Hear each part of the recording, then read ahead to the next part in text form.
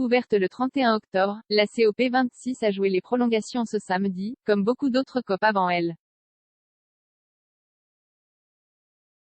Avant la tombée de rideau sur le Scottish Event Campus de Glasgow, après 15 jours intenses de négociations, les 197 pays membres de la Convention cadre des Nations Unies sur les changements climatiques, CNUCC, se sont enfin mis d'accord sur les textes de décision finale qui récapitulent ce sur quoi ils se sont engagés à Glasgow.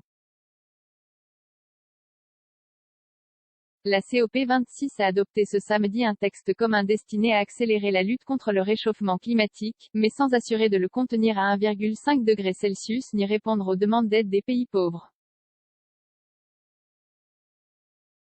Baptisé « Pacte de Glasgow pour le climat », le texte a été adopté à l'issue de 2 semaines de négociations éprouvantes, d'un coup de marteau du président britannique de la Conférence mondiale sur le climat et après des changements de dernière minute introduits par la Chine et l'Inde sur la question des énergies fossiles. Le moment de vérité, la conférence internationale sur le climat COP26 est « le moment de vérité, pour la planète », avait un peu plus tôt déclaré le président de l'Écosse, le Britannique Alok Sharma, au cours d'une séance plénière devant les délégués des quelques 200 pays. C'est le moment de vérité pour notre planète et c'est aussi le moment de vérité pour nos enfants et nos petits-enfants, a-t-il martelé, admettant que le monde n'avait pas tenu les promesses faites lors de l'adoption de l'accord de Paris en 2015 mais que le projet de déclaration finale de la COP26 reconnaissait ce fait et appelait à y répondre.